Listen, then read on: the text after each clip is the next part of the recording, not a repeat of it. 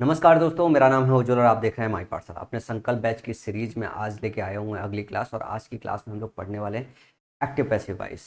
तो बगैर देर किए हुए आज हम अपनी क्लास को थोड़ा जल्दी शुरू करेंगे, लेकिन उसके पहले मैं आपको बता दूं संकल्प बैच की जो हमारी सीरीज है, इस संकल्प बैच की सीरीज में हमने नाउन का चैप्टर कंप्लीट कर लिया है, हमने प्रोनाउन का चैप्टर कंप्लीट कर लिया, हमने आर्टिकल का चैप्टर कंप्लीट कर लिया। इन तीनों चैप्टर्स की अगर मैं बात करूं तो इनके सारे रूल्स और रूल्स के साथ मैंने 2004 से लेके 2024 तक के सारे क्वेश्चंस कवर कर लिए हैं, ताकि किसी बच्चे को कोई परेशानी ना हो, कोई ये ना कहे सर ये क्वेश्चन छूट गया, वो क्वेश्चन छूट गया। मैंने 2004 से 2024 तक सब कुछ कवर कर दिया है। प्रीपोजिशन का मैंने एक लेक्चर लिया है जिसमें 2020 से लेकर 2024 तक कवर किया हुआ है। उसमें 50-52 फ्रेजल वर्ब पूछे गए थे, उनके सारे एक्सटेंडेड वर्जन भी मैंने कर दिए। सारी जो वीडियोज़ है वो प्लेलिस्ट में जो है ऑलरेडी आपको मिल जाएगी। सारे के सारे बच्चे जो क्लास नंबर 1 से देखना स्टार्ट कर रहे हैं उनको इस सीरीज़ में बहुत मज़ा आ रहा है। अगर आप में से कोई नया बच्चा है जो इस वीडियो को ओपन करके आया है तो चैनल को सब्सक्राइब कर बेल आइकन बटन को प्रेस कर ले, ताकि आप इस सीरीज़ का शिद्दत से जो है फ़ायदा उठा पाएँ। ये जो सीरीज़ है ये 31 जुलाई तक ख़त्म हो जाएगी पूरी तरीके से। 31 जुलाई से एक दिन बाद नहीं जाएगा, मतलब आपके प्री एग्ज़ाम से ठीक पहले ये आपका पूरा का पूरा जो है सीरीज़ ख़त्म कर दिया जाएगा। ये सीरीज़ अपने आप में इतनी कारगर है कि इस सीरीज़ को सही से खाली पढ़ के इसके सारे असाइनमेंट शीट को अगर प्रैक्टिस करके आप चले जाओगे, आपके 40 से ऊपर इंग्लिश में नंबर बन जाएंगे। ये जो क्लास आती है ये आपको 3 बजे मिलती है। 3 बजे एक बड़ी प्रॉब्लम आजकल ये चल रही है कि वीडियो की नोटिफिकेशन नहीं जाती है, तो कई बार मैं उसको शाम को 5-6 बजे जो है दोबारा से री अपलोड करता हूँ। तो अगर 3 बजे अगर आप आके यूट्यूब चैनल चेक करोगे तो 3 बजे आपको वीडियो मिल जाएगी। अगर नोटिफिकेशन नहीं जाएगा तो मैं इसे दोबारा से री अपलोड कर दूंगा, लेकिन क्लास 3 बजे पहले मैं प्रिपेयर कर देता हूँ। 3 बजे के लिए शेड्यूल रहती है। 3:15 में आपको इस क्लास की पीडीएफ मिल जाती है। तो आज की क्लास की पीडीएफ आपको ऑलरेडी मिल जाएगी। आज जो हम स्टार्ट कर रहे हैं वो एक्टिव पैसिव वॉइस से स्टार्ट कर रहे हैं।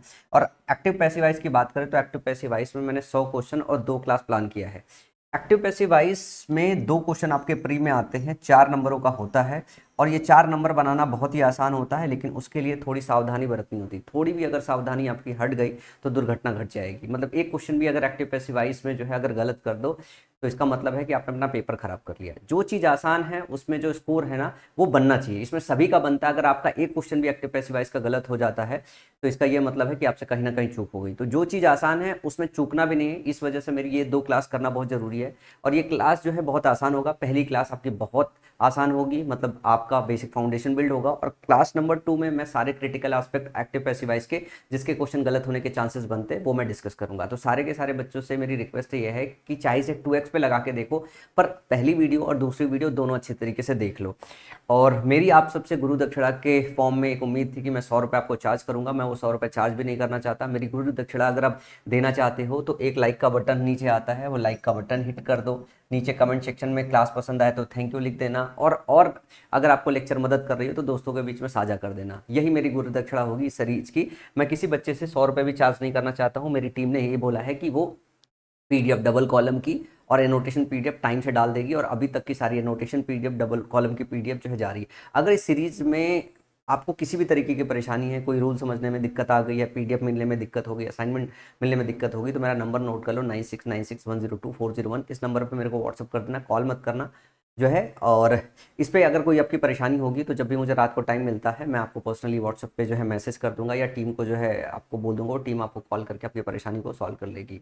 तो सारे के सारे बच्चे जो है इस बात का ध्यान रखें, इस सीरीज को शिद्दत से वाले। और जैसे कि मैंने आपको बताया कि सीरीज में मेरा खुद का अपना मतलब दाव लगा हुआ है, मेरी टीचिंग एबिलिटी दाव लगा हुआ है, मेरा सब कुछ दाव लगा हुआ है, क्योंकि मैंने बोला इस सीरीज से अगर आपका सिलेक्शन नहीं करा पाऊंगा तो मैं जो है अगली बार से पढ़ाना ही बंद कर दूंगा। तो ये ज़रूरी है कि इस सीरीज़ में मैं अपना पूरा एफर्ट डालूं, और एक एक क्लास प्रिपेयर करने के लिए पूरी लेट नाइट तक मेरे को जागना पड़ता है। सवाल इस टाइम पे ये नहीं है कि मैं आपको एक्टिव पैसिव वॉइस बेसिक से पढ़ा दूं। बेसिक से तो सारे शिक्षक पढ़ाते हैं, लेकिन एग्जाम के समय में वो रेलिवेंट हो के मैं आपको कंटेंट दे पाऊँ, साथ में वो सब कुछ दे पाऊँ, मतलब कुछ छूटे भी ना, सब कवर हो जाए और सारा पैटर्न डिकोड करके मैं दे दूँ। तो आज हम एक्टिव पैसिव वॉइस में चलेंगे। एक्टिव पैसिव वॉइस में 2 क्लास प्लान है। क्लास 1 इस स्लाइड पे बेस्ड है और क्लास 2 इस स्लाइड पे बेस्ड है। 2 क्लासेस हैं, 2 क्लास में देने वाला हूँ। क्लास 1 आज की बात करेंगे तो मैं आज आपको बता दूं जो आज की क्लास होगी थोड़ा बेसिक आपका कवर करेगा, लेकिन आपका 95% जो क्वेश्चन है आज की क्लास से एग्जाम में आता है, और 100% बच्चे इसका एग्जाम में क्वेश्चन सही कर लेते हैं। अगर आप ऐसा बच्चा हो जो आज की क्लास में जो मैं पढ़ाऊंगा उससे आपका जो 95% क्वेश्चन पूछा जाता है, अगर उसमें से आपका एक भी क्वेश्चन गलत हो जा रहा है, मतलब आप सोच लो कि आपसे कितना चूक हो सकता है। क्योंकि 95% क्वेश्चन आज की क्लास से पूछा जाता है और इसमें 100% बच्चा क्वेश्चन को सही कर लेता है। अगर आपसे आज के दिन पढ़ाई जाने वाली चीज़ में क्वेश्चन में गलती हो जा रही है तो बहुत बड़ी बात हो जाएगी। इस वजह से इस पूरी क्लास को देखना बहुत ज़रूरी है। मतलब आपको आज अपना फाउंडेशन बिल्ड करना है और इसमें हमें एक्टिव पैसिव वॉइस को समझना है। बेसिकली पैसिव वॉइस क्या होती है, अगर इंडेफिनिट टेंस का एक्टिव वॉइस है तो उसको पैसिव वॉइस में कैसे कन्वर्ट करेंगे, कंटिन्यूअस टेंस का अगर एक्टिव वॉइस है तो उसको पैसिव वॉइस कैसे कन्वर्ट करेंगे, परफेक्ट टेंस है तो उसको कैसे कन्वर्ट करेंगे, और परफेक्ट कंटिन्यूअस टेंस है तो उसको कैसे कन्वर्ट करेंगे। ये जो सेक्शन है जो हम टेंस की बात करते हैं, टेंस को कैसे पैसिव वॉइस में कन्वर्ट किया जाता है, ये बहुत आसान होता है। और अगर बात करें हम इसके बाद जो आता है हमारा एक इंट्रोगेटिव सेंटेंस आता है। इंट्रोगेटिव सेंटेंस को कैसे कन्वर्ट करते हैं पैसिव वॉइस में, इसमें कुछ अच्छे क्वेश्चन बनते हैं, तो ये क्लास नंबर 2 में कवर करेंगे। उसके बाद जब हम मॉडल की बात करते हैं तो मॉडल बहुत आसान होता है, ये भी हम क्लास 2 में कवर करेंगे। क्वेश्चन आज भी कर लेंगे, मैं बता दूंगा इसको, मॉडल आज ही कवर कर दूंगा। इसके बाद इंपरेटिव सेंटेंस थोड़ा कॉम्प्लेक्स होता है, इंपरेटिव सेंटेंस में थोड़ा ध्यान और समझ लगा के करना होता है। उसके बाद कुछ क्रिटिकल कंसेप्ट होते हैं कंपाउंड एंड कॉम्प्लेक्स सेंटेंसेस के, जिसमें आपके जो फाइनाइट वर्ब्स होते हैं, एक से अगर ज़्यादा फाइनाइट वर्ब हो तो आप कैसे उनका पैसिव वॉइस बनाओगे। तो ये वाला जो सेक्शन होता है ये थोड़ा ज़्यादा कॉम्प्लेक्स होता है, ये थोड़ा कॉम्प्लेक्स होता है, ये थोड़ा मीडियम लेवल का कॉम्प्लेक्स होता है। तो कॉम्प्लेक्सिटी यहाँ से स्टार्ट होती है, यहाँ थोड़ी बढ़ती है और यहाँ बहुत ज़्यादा बढ़ जाती है। और ये जो मॉडल वाला सेक्शन है, मॉडल वाला सेक्शन भी एज यूजुअल आसान रहता है, तो मॉडल भी आज के दिन में कवर कर दूंगा। अब चलते हैं, शुरू करते हैं। ये मैंने आपको पूरा बताया कि कैसे आपका एक्टिव पैसिव वॉइस पूरा चलेगा। सबसे पहले आपको ये समझना है कि पैसिव वॉइस एक्चुअली इस्तेमाल क्यों करते हैं, एक्टिव वॉइस क्यों इस्तेमाल करते हैं, पैसिव वॉइस क्यों इस्तेमाल करते हैं। एक्टिव वॉइस का यूज हम तब करते हैं जब हमको ये बताना हो कि जो हमारा सब्जेक्ट है, सब्जेक्ट क्या कर रहा है, एक्शन कर रहा है, सब्जेक्ट हमारा एक्शन कर रहा है। पैसिव वॉइस का इस्तेमाल हम तब करते हैं जब हमको ये बताना है कि ऑब्जेक्ट पर एक्शन हो रहा है, ऑब्जेक्ट पर एक्शन हो रहा है। मतलब क्या है, मतलब ये है भैया कि अगर हमको ये मैसेज कन्वे करना है कि राम ने रावण को मारा तो हम एक्टिव वॉइस में कहेंगे, लेकिन अगर हमको ये बोलना होगा ना कि रावण मारा गया तो हमको पैसिव वॉइस में सेंटेंस को फ्रेम करना पड़ेगा। रावण मारा गया, रावण ने मारा नहीं, राम ने मारा है। तो बात यह है कि एक ही बात कहना है, राम ने रावण को मारा, रावण राम के द्वारा मारा गया। तो जब हमको ये बताना होता है कि सब्जेक्ट ने काम किया है तो हम एक्टिव वॉइस बनाते हैं, जब ऑब्जेक्ट पे काम हुआ ये बात कहनी हो तो हम कैसे बनाते हैं, पैसिव वॉइस। इसमें 2-4 बातें और क्रिटिकल है जो मुझे लगता है कि आपके प्री के एग्जाम के लिए नेसेसरी नहीं है, तो मैं वहां पे फोकस नहीं करूंगा। आप ऐसे समझो कि अगर आपके पास पैसिव वॉइस बनाना है तो आपका ऑब्जेक्ट प्रेजेंट होना जरूरी है, ऑब्जेक्ट प्रेजेंट होना जरूरी है। या यूं कह दो कि अगर कोई फाइनाइट वर्ब है, कोई फाइनाइट वर्ब है जिसको अपने ऑब्जेक्ट की जरूरत हो, चाहे वो डायरेक्ट ऑब्जेक्ट की जरूरत हो चाहे इनडायरेक्ट ऑब्जेक्ट की जरूरत हो, तभी आप पैसिव वॉइस बना सकते हो। अगर फाइनाइट वर्ब नहीं है, अगर डायरेक्ट ऑब्जेक्ट इनडायरेक्ट ऑब्जेक्ट नहीं है, तो आप पैसिव वॉइस कैसे बनाओगे, नहीं बना सकते हो। मतलब अगर आपको ये बताना कि ऑब्जेक्ट पे काम हुआ है तो ऑब्जेक्ट का होना बहुत जरूरी है। सबसे पहले इंपॉर्टेंट बात यह है, ये आपको याद रखना है। हम एक्टिव वॉइस की यहाँ पे चर्चा नहीं करेंगे, हम पूरा चर्चा हमारा पैसिव वॉइस में रहेगा। अब मेनली जो आपके एग्जाम में क्वेश्चन आता है ये है बेसिक्स, लेकिन जो आपके एग्जाम में क्वेश्चन आता है वो आता है टेंस बेस्ड, कि अगर आपका सेंटेंस दिया हुआ है जो है इंडेफिनिट टेंस में तो आप पैसिव वॉइस में कैसे कन्वर्ट करोगे। तो अगर इंडेफिनिट टेंस की बात करें तो इंडेफिनिट टेंस में अगर ध्यान से देखो तो 3 काल होते हैं इसके, प्रेजेंट, पास्ट और फ्यूचर, 3 काल होते हैं। अगर हम प्रेजेंट की बात करें तो इसके अंदर जो आपकी वर्ब होती है वो होती है वी एस या वी ई एस, या फिर डू डज होता है जब आपका नॉट के साथ आता है। ये होता है आपका प्रेजेंट इंडेफिनिट, ठीक है। और अगर पास्ट इंडेफिनिट की बात करो तो यहां पे हम इस्तेमाल करते हैं V2 का, यहां पे इस्तेमाल करते हैं V2 का, या फिर डिड के साथ नॉट का प्लस V1 का। इसके साथ डू डज के साथ हम V1 इस्तेमाल करते हैं, VSES इस्तेमाल नहीं करते। इसी तरह अगर मैं बात करूं इसके फ्यूचर की बात करूं तो फ्यूचर में हम विल का इस्तेमाल करते हैं या शैल का इस्तेमाल करते हैं, और इसके साथ V1 का इस्तेमाल करते हैं। ये इंडेफिनिट टेंस की वर्ब्स हैं, ये इंडेफिनिट टेंस की helping verb plus main verb है। अब आते हैं मेन मुद्दे पे कि एक्टिव वॉइस से पैसिव वॉइस कैसे कन्वर्ट किया जाता है। एक्टिव वॉइस के सेंटेंस का जो स्ट्रक्चर होता है कुछ इस तरीके से होता है कि subject plus verb plus object, ये एक्टिव वॉइस के सेंटेंस का स्ट्रक्चर होता है। जब इसको पैसिव वॉइस में कन्वर्ट किया जाता है तो सबसे पहले हमको क्या करना होता है, सबसे पहले हम जो ऑब्जेक्ट है इसको हम बनाते हैं पैसिव वॉइस का सब्जेक्ट। ये ऑब्जेक्ट यहाँ पे आता है, इस वर्ब को जो है हम बदलते हैं, वर्ब को क्या करते हैं, वर्ब को चेंज करते हैं टेंस के हिसाब से, टेंस के हिसाब से। फिर हम बाई लगाते हैं, फिर ये वाला जो सब्जेक्ट है ये जाके सब्जेक्ट हमारा यहाँ पे आ जाता है, ये सब्जेक्ट हमारा यहाँ पे आ जाता है। बस इतनी बातों का ध्यान हमको रखना होता है सेंटेंस के अंदर। जो ज्यादातर क्वेश्चन आपके एग्जाम में क्रैक होते हैं वो ये बस देखना होता है कि ऑब्जेक्ट सब्जेक्ट की जगह पैसिव वॉइस में डाला गया है कि नहीं डाला गया है, सब्जेक्ट ऑब्जेक्ट की जगह डाला गया है कि नहीं डाला गया है, साथ में जो वर्ब है वर्ब सही से चेंज किया गया है कि नहीं किया गया है। अगर ये तीन बातें आप सही से चेक करोगे तो सारे जो एक्टिव पैसिव वॉइस के क्वेश्चन हैं वो ऑप्शन एलिमिनेट करके सारे क्वेश्चन सही हो जाते हैं। तो सबसे पहले हम इंडेफिनिट टेंस की बात करेंगे। इंडेफिनिट टेंस में अगर हम कन्वर्जन की बात करें, इंडेफिनिट टेंस में कैसे कन्वर्ट होता है, इंडेफिनिट टेंस जो हमारा कन्वर्ट होता है ये शिफ्ट होता है। अगर प्रेजेंट इंडेफिनिट है तो प्रेजेंट कंटिन्यूअस में शिफ्ट होता है, मतलब इज आर एम में कन्वर्ट होता है। और जो वर्ब होती है वो यूनिवर्सल है पैसिव वॉइस की। पैसिव वॉइस में वर्ब हमेशा कैसे लेते हैं, वर्ब हमेशा जो है V3 लेते हैं। तो यहाँ पे क्या लेंगे, इज आर एम के साथ V3 लेंगे।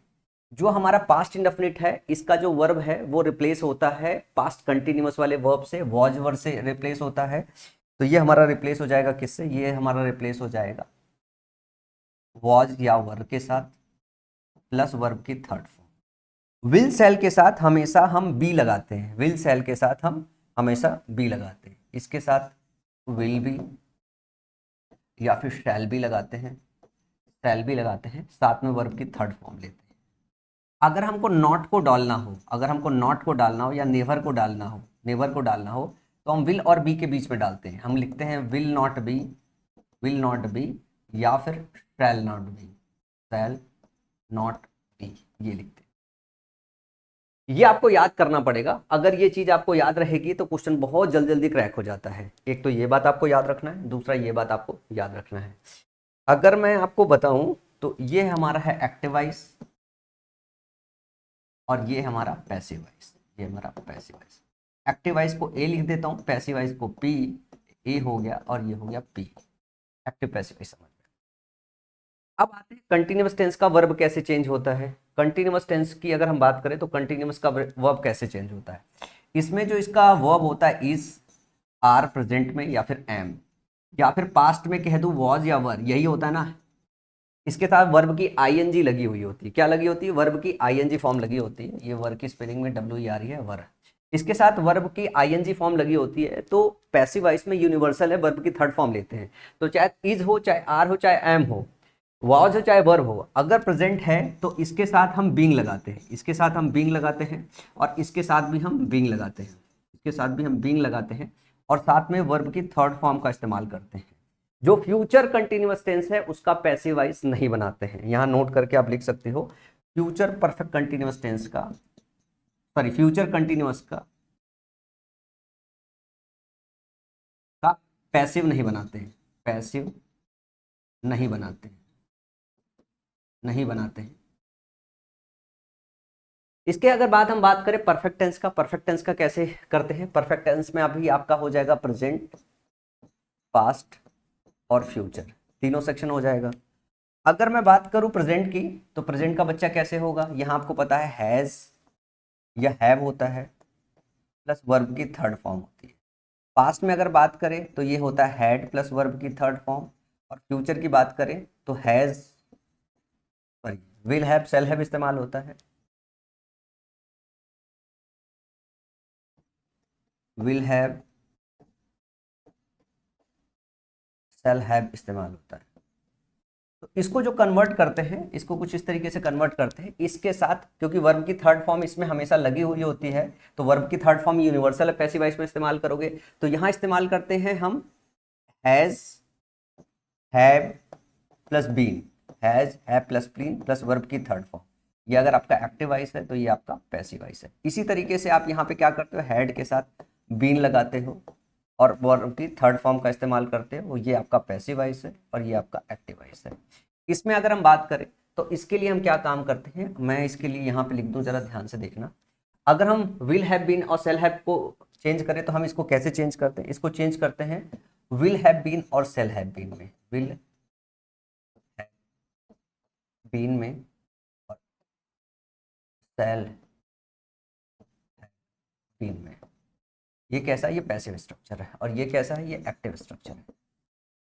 आपको जो मेनली याद होना चाहिए वो ये वर्ब कैसे चेंज होते हैं, ये अगर आपकी जुबान पर रटा हुआ है तो एक्टिव पैसिव वॉइस के क्वेश्चन बिल्कुल नहीं गलत करोगे।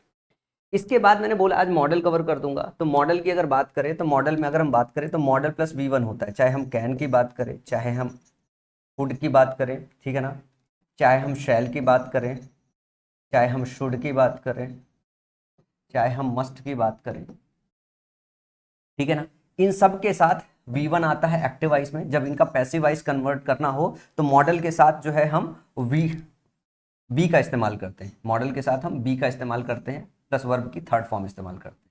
तो जो भी हमारे मॉडल्स हैं, ये हमारे मॉडल्स प्लस हम क्या काम करते हैं, इसके साथ बी लगाते हैं, प्लस वर्ब की थर्ड फॉर्म कन्वर्ट करते हैं। ये पैसिव वॉइस का स्ट्रक्चर होता है, ये एक्टिव वॉइस का स्ट्रक्चर है। अगर मॉडल के साथ हैव प्लस V3 दिया है तो मॉडल हैव के साथ, जब भी हैव आए तो हैव के साथ बीन और इंट्रोड्यूस कर देते हैं, ये इसका पैसिव स्ट्रक्चर बन जाता है। कैसा स्ट्रक्चर बन जाता है? पैसिव स्ट्रक्चर बन जाता है। ये आपको बस वर्ब्स याद रखनी कि वर्ब्स कैसे एक्टिव से पैसिव में ट्रांसफर होता है और कौन कौन से ऐसे टेंस है जिनका हम पैसिव स्ट्रक्चर बनाते नहीं हैं। एग्जाम में जो आपके क्वेश्चन आता है वो क्वेश्चन आता है एक्टिव से पैसिव कन्वर्ट करने में या पैसिव से एक्टिव कन्वर्ट करने में। तो ध्यान रहे आपको कि आपको दोनों साइड से याद रखना है कि कब इधर से इधर जाना है, एक्टिव का स्ट्रक्चर देख के पता होना चाहिए, पैसिव का स्ट्रक्चर देख के पता होना चाहिए। इस पे बेस्ड अगर 100-150 क्वेश्चन अगर आप सॉल्व कर लो, 100-150 क्वेश्चन आप अगर सॉल्व कर लो तो आपके सारे जो है एक्टिव पैसिव वॉइस के कंसेप्ट क्लियर हो जाएंगे। ये 2-3 कंसेप्ट है जो मैं आपको कल कराऊंगा, अगर बीच में क्वेश्चन आएगा तो क्वेश्चन स्किप कर दूंगा। मेरी जो PDF है जिसमें मैंने कवर किया है, ये मैंने आपको कवर जो किया हुआ है सारा का सारा, मैं पहले आपको बता दूं, मैंने 2020 से लेके 2024 तक के एक्टिव पैसिव वॉइस के सारे क्वेश्चन कवर किए हुए हैं। अगर मैं बात करूं टोटल इस सीट में 163 क्वेश्चन हैं। मैं सारे 163 क्वेश्चन आपको नहीं कराने वाला हूं, मैं ज़्यादा से ज़्यादा आपको 60-70 क्वेश्चन कराऊंगा। बाकी के सारे क्वेश्चन आप आसानी से कर लोगे। आज की क्लास में मैं 40 क्वेश्चन के आसपास आपको प्रैक्टिस कराऊंगा। बाकी के सारे क्वेश्चन जो है आप अपने से सीट में प्रैक्टिस कीजिए, और इसके जो क्रिटिकल क्वेश्चन हैं जो हमारे क्लास नंबर 2 में कवर होना है वो क्लास नंबर 2 में मैं अगले दिन कवर कर लूँगा। मैं चाहता हूँ सारे के सारे बच्चे जो है इस वीडियो को आखिरी तक देखें, एक बार देख ले, उसके बाद कभी एक्टिव पैसिव वॉइस देखने की आपको जरूरत नहीं पड़ेगी, किसी की वीडियो देखने की जरूरत नहीं पड़ेगी। और दूसरी चीज़ है कि ये जो है ना, ये जब ये मैं एनोटेशन PDF भेजूंगा, जब मैं एनोटेशन PDF भेजूंगा तो ये एनोटेशन PDF यूं ही अपने पास रख लीजिएगा, या अपने पास जो है एक काम कीजिएगा कि अपने पास जो है अपने हैंड रिटन नोट्स के फॉर्म में अपनी कॉपी में ये पूरा वर्ब कैसे चेंज होता है ये बना के रख लीजिएगा। ये अगर आपके सिंगल पेज पे बना रहेगा तो कभी भी एक्टिव पैसिव वॉइस में आपसे कोई गड़बड़ी ही नहीं होगी। एक्चुअल जो कंफ्यूजन होता है वो कि अगर आप सिर्फ एक्टिव पैसिव वॉइस पढ़ोगे तो कभी कंफ्यूजन नहीं होगा। जब आप डायरेक्ट इनडायरेक्ट पढ़ लेते हो तो आप कंफ्यूज हो जाते हो कि एक्टिव पैसिव वॉइस का वर्ब कैसे कन्वर्ट होता है, डायरेक्ट इनडायरेक्ट का कैसे कन्वर्ट होता है। तो डायरेक्ट इनडायरेक्ट में ध्यान रखो कि डायरेक्ट और इनडायरेक्ट में हम पास में कन्वर्ट करते हैं और एक्टिव पैसिव वॉइस में शिफ्टिंग करते हैं। जैसे हम इंडेफिनिट का प्रेजेंट इंडेफिनिट का प्रेजेंट कंटिन्यूअस में उसके वर्ब से शिफ्टिंग कर रहे हैं। वर्ब की थर्ड फॉर्म यूनिवर्सल रहती है, और अगर डायरेक्ट इनडायरेक्ट की बात करें तो हम प्रेजेंट से पास में कन्वर्ट करते हैं, कभी करते हैं कभी नहीं करते हैं, वो डायरेक्ट इनडायरेक्ट के चैप्टर में पढ़ेंगे। लेकिन यहाँ फोकस आपको बस ये पूरा का पूरा जो डेटा मैंने आपको बताया, ये जो समरी है, ये समरी आपकी जुबान पे हमेशा होना चाहिए। बीच राह चलते हुए आपको कोई पूछ देना कि ये वर्ब कैसे बदलता है पैसिव वॉइस में, तो आपकी जुबान से खट से निकल के बाहर आ जाना चाहिए। और ये जो बेसिक स्ट्रक्चर है ये बहुत बचपन में हमें 9वीं कक्षा में पढ़ा दिया जाता है। सबसे पहले 9वीं कक्षा में इंट्रोड्यूस किया जाता है हिंदी भाषी बच्चों को, तो 9वीं कक्षा में ये चीज़ हमको वहीं सिखा दिया जाता है। तो आपको बस ये वहीं सीखे, और मेरा मानना है कि कितना भी कोई लापरवाह होगा, अंग्रेजी तो पढ़ा होगा 9वीं कक्षा में। एक्टिव पैसिव वॉइस वाले अंग्रेजी के मास्टर से गए तो होगे एक बार पढ़ने के लिए कि कैसे वो सिखा रहे हैं एक्टिव से पैसिव कन्वर्ट करते हैं, कैसे पैसिव से एक्टिव कन्वर्ट करते हैं। अगर बहुत वीक बच्चे हो, बहुत वीक बच्चे हो कि आपको ये बात भी समझ में नहीं आ रही, मतलब इसकी पुरानी जो बेसिक्स है वो भी बेसिक्स बिल्कुल पता नहीं है, तो आप इस साल के लिए प्रिपेयर नहीं हो अभी एग्जाम क्लियर करने के लिए। आपको और ज़रूरत है कि आप इंग्लिश का फाउंडेशन बैच अच्छी तरीके से पढ़ाई करो, जहाँ पे और बेसिक तरीके से आपको पढ़ाया जाता है। संडे कल हो सकता है मैं अपना 2026 को लेके एक बैच अनाउंस करूं जो है, और कुछ और अनाउंसमेंट है शायद करूं, मैं कंफर्म नहीं हूं अभी। इस क्लास के बाद मैं डिसाइड करूंगा, कल अनाउंसमेंट करूंगा या अगले हफ्ते अनाउंसमेंट करूंगा। तो वहाँ पे मैं एक 2026 के लिए स्पेशल टारगेट करके जो है बैच अनाउंस करने वाला हूँ। चलो आगे चलते हैं, अब आते हैं क्वेश्चंस की बारी। कुछ क्वेश्चंस हम आराम आराम से करेंगे ताकि चीज़ों को समझेंगे, उसके बाद हम क्वेश्चंस में तेजी रखेंगे कि हम तेज क्वेश्चन कैसे सॉल्व करें। जैसे सबसे पहला क्वेश्चन है, A selected group of activities had been invited by the ministers before the announcement of the strike। देखो जो सेंटेंस होता है, इस क्वेश्चन को कराने से पहले एक और बात बता दूं, जो आपका सेंटेंस होता है 3 तरीके का होता है। सिंपल सेंटेंस, दूसरा होता है कंपाउंड सेंटेंस,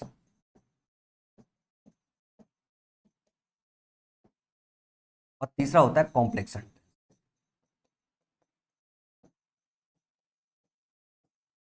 95% जो आपके एग्जाम में क्वेश्चन आता है वो सिंपल सेंटेंस से आता है। 95% जो क्वेश्चन होता है वो सिंपल सेंटेंस से आता है, और ये क्वेश्चन सॉल्व करना बहुत आसान होता है अगर आप आज की क्लास अगर आपने पढ़ लिया तो। कंपाउंड और कॉम्प्लेक्स सेंटेंसेस में एक से ज़्यादा फाइनाइट वर्ब होते हैं, एक से ज़्यादा फाइनाइट वर्ब्स होते हैं। जब एक से ज़्यादा फाइनाइट वर्ब्स होते हैं तो आपको दो बार जो है एक्टिव से पैसिव बनाना पड़ता है, या पैसिव से दो बार आपको एक्टिव बनाना होता है, और वहाँ क्वेश्चन थोड़ा कॉम्प्लेक्स होता है। तो जब भी कंपाउंड या कॉम्प्लेक्स सेंटेंस वाले क्वेश्चन आज की क्लास में आएंगे मैं उसे स्किप कर दूंगा, क्योंकि उसे हमें क्लास नंबर 2 में कवर करना है। आज हमारा जो पूरा फोकस है सिंपल सेंटेंस में करेंगे, या फिर हम कंपाउंड और कॉम्प्लेक्स सेंटेंस को ऐसे देखेंगे कि हो सकता है कि हमको एक वर्ब, एक फाइनाइट वर्ब के बदलाव से ही पता चल जाए कहाँ पे एरर है, ऑप्शन एलिमिनेट करके। तो सबसे पहला क्वेश्चन है, जरा इसको ध्यान से देखते हैं। लिखा है ए सेलेक्टेड ग्रुप ऑफ एक्टिविस्ट।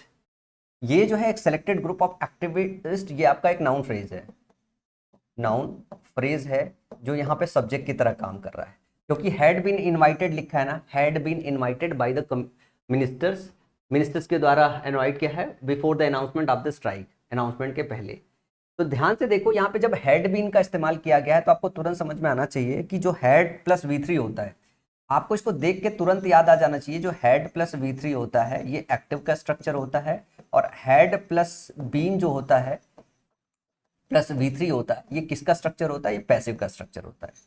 अगर पैसिव का स्ट्रक्चर है तो आपको एक्टिव का स्ट्रक्चर कन्वर्ट करना पड़ेगा। तो आपको क्या ढूंढना पड़ेगा कि जहां जहां आपको हेड प्लस V3 है, जहां जहां आपको हेड प्लस V3 दिया हुआ है वही हेड प्लस V3 वाला ऑप्शन आपको रखना पड़ेगा, बाकी सब आपको हटा देना पड़ेगा। ध्यान से देखो यहाँ पे हेड बीन का इस्तेमाल है, यहाँ पे हेड इनवाइटेड है, बीन मिसिंग है। फिर जरा नीचे वाले ऑप्शन में देखो, द मिनिस्टर्स इनवाइटेड, यहाँ पे V2 दिया हुआ है, यहाँ पे V2 दिया हुआ है, यहाँ पे हेड दिया हुआ नहीं, तो ये ऑप्शन हट गया। फिर नीचे जरा ध्यान से देखो, द मिनिस्टर वॉज इनवाइटिंग, यहाँ पे वॉज इनवाइटिंग दिया हुआ है, हेड मिसिंग है। तो तीन ऑप्शन आपके हट गए, बी हट गया, सी हट गया और डी हट गया। क्वेश्चन क्या हो गया, क्वेश्चन सही हो गया। क्या सिर्फ आपको ये याद रखना था कि हमारा जो हेड है, हेड के साथ जो बीन है और वर्ब की थर्ड फॉर्म है, ये कैसा स्ट्रक्चर होता है, पैसिव, और इसका स्ट्रक्चर क्या होता है, एक्टिव, हेड प्लस V3 होता है। तो हमने जब हम एक्टिव पैसिव वाइज सीखते हैं तो हम क्या सीखते हैं, हम ये सीखते हैं एक्टिव से पैसिव ऐसे बनाया जाता है, पैसिव से एक्टिव ऐसे बनाया जाता है। तो आपको दोनों साइड से पता होना चाहिए कि एक्टिव से पैसिव कैसे जाया जाता है, पैसिव से एक्टिव कैसे आया जाता है। तो ये क्वेश्चन स्टेनोग्राफर 2024 के एग्जाम में पूछा गया था। बड़ा और कॉम्प्लेक्स क्वेश्चन देखने में लग सकता है किसी किसी बच्चे को, पर बहुत ही आसान क्वेश्चन है। एक्टिव पैसिव वाइज के ज्यादातर क्वेश्चन ऑप्शन एलिमिनेशन से निकल जाते हैं। देखो मैं और बताऊं, ये जो मेरी संकल्प बैच की सीरीज है इसमें मैं थोड़ा आपको आराम आराम से पढ़ाता हूँ। मैंने बार बार बोला है कि आपके पास ऑप्शन रहता है, आप 1.25 पे 1.5x पे जो है यूट्यूब की सेटिंग करके जो है आप स्पीड को बढ़ा सकते हो, क्योंकि बहुत सारे कमज़ोर छात्र भी होते हैं जिनको थोड़ा आराम आराम से समझ में आता है, तो मैं उनका भी ध्यान रखकर इस क्लास को ले रहा हूँ। अगला है some students are known to grow wisely. Some students are known to grow wisely. अब जैसे आर नोन लिखा हुआ है, आर नोन लिखा हुआ है, ध्यान से देखना। आर नोन कब होता है, is are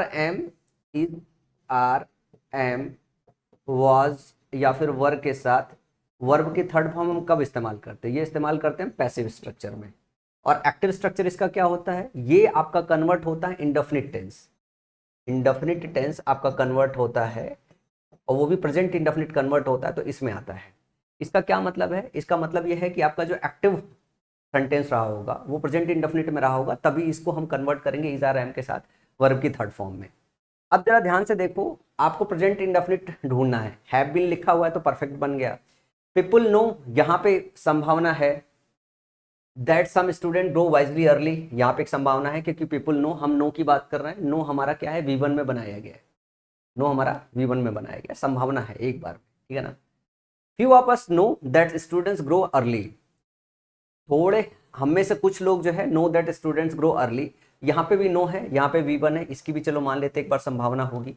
we all know, यहाँ पे भी एक बार संभावना है, हम सब जानते हैं V1।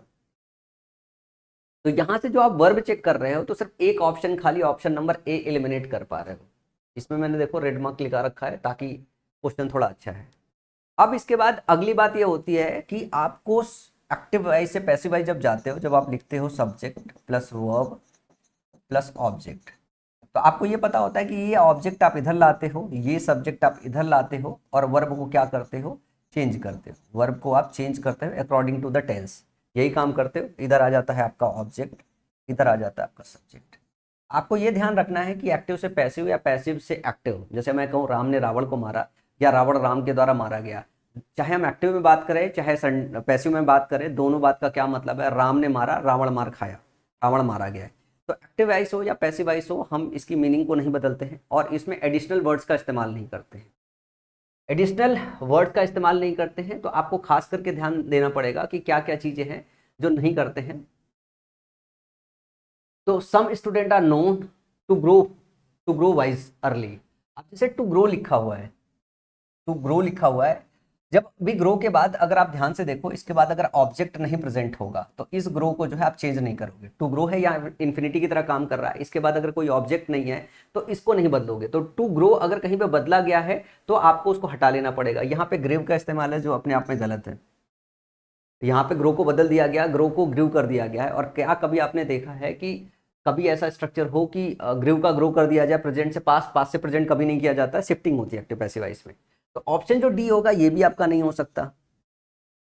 अब जरा ध्यान से देखो, अगर हम बात करें फ्यू ऑफ अस नोन, तो कहीं फ्यू का इस्तेमाल नहीं लिखा है ना, सम स्टूडेंट्स है, some student are known to grow wisely. Few of us known तो कुछ स्टूडेंट जाने जाते हैं, लेकिन हमने कहीं सेंटेंस में ऐसा नहीं लिखा है कि हम में से कुछ लोग जानते हैं। कुछ स्टूडेंट जाना जाता है ये हम कह रहे हैं, लेकिन अगर हम फ्यू ऑफ अस कह दें, know that students grow early, तो ये वाला जो ऑप्शन है ये भी गलत हो जाएगा, क्योंकि हम कहीं पे यहाँ पे ये मेंशन नहीं कर रहे हैं कि हम में से कुछ, हम में से कुछ मेंशन नहीं कर रहे हैं ना, हम तो ये कह रहे हैं सम स्टूडेंट, कुछ students are known to grow wisely. तो आप इन जनरल इसको कह सकते हो people know that some student grow wisely, लोग जानते हैं। जब पीपल का इस्तेमाल होता है एक्टिव वॉइस में तो पैसिव वॉइस में हम पीपल को इग्नोर कर लेते हैं। जब आपका सब्जेक्ट, मतलब एक रूल ऐसा भी आता है जिसमें आपका जो सब्जेक्ट है अगर ऑलरेडी नोन हो या बहुत जनरल हो, जैसे पीपल हो गया, ये बहुत जनरल हो गया, तो इसको हम इग्नोर भी कर सकते हैं। तो जब भी इस तरीके की चीज होती है इग्नोर। लेकिन अगर आप ध्यान से देखो, अगर इस बात को आप सेंटेंस में नहीं पकड़ पाते हो, ये तो पकड़ पाओगे ना कि सेंटेंस में क्या कह रहा है, some student are known to grow wisely, कुछ स्टूडेंट जाने जाते हैं तरक्की करने के लिए वाइजली, ग्रो करने के लिए वाइजली। लेकिन यहाँ कहीं ऐसा मेंशन नहीं है हम में से कुछ लोग जानते, पर इसकी मीनिंग ही पूरी बदल जाएगी। फ्यू ऑफ अस, हम में से कुछ लोग जानते हैं students grow wisely, student grow करते हैं वाइजली।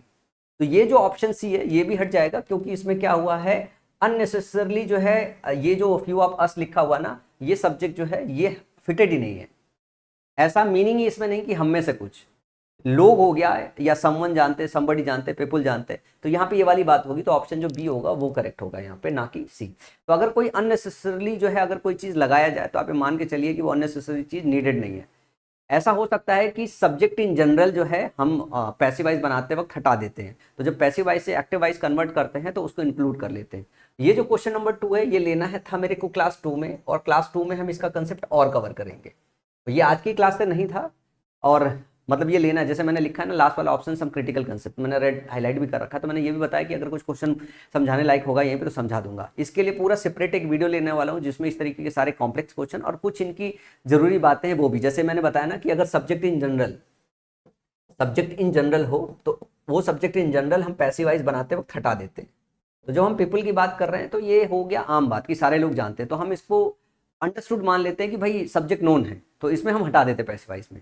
लेकिन अगर ये बात भी नहीं समझ पाते हो तो ये बात आप हमेशा समझ जाओ कि भाई अगर कोई चीज अननेसेसरली लगा दी जाए, जैसे लिखा है फ्यू ऑफ अस, हम में से कुछ लोग, तो यहाँ जरा पढ़ो, इसमें कहीं लिखा है, कहीं ऐसा मेंशन है कि हम में से कुछ लोग, या कहीं ये भी मेंशन है कुछ लोग, नहीं ना, ये लिखा गया कुछ स्टूडेंट जाने जाते हैं, लेकिन कौन जानता है इसके विषय में कोई बात मेंशन नहीं है। तो अगर हमने कह दिया फ्यू ऑफ अस, इसका मतलब है कि हमने स्पेसिफाई कर दिया है कि हम में से कुछ, पर ये कहीं है ही नहीं आपके सेंटेंस में, तो ऑप्शन जो सी होगा वो करेक्ट ही नहीं हो सकता है।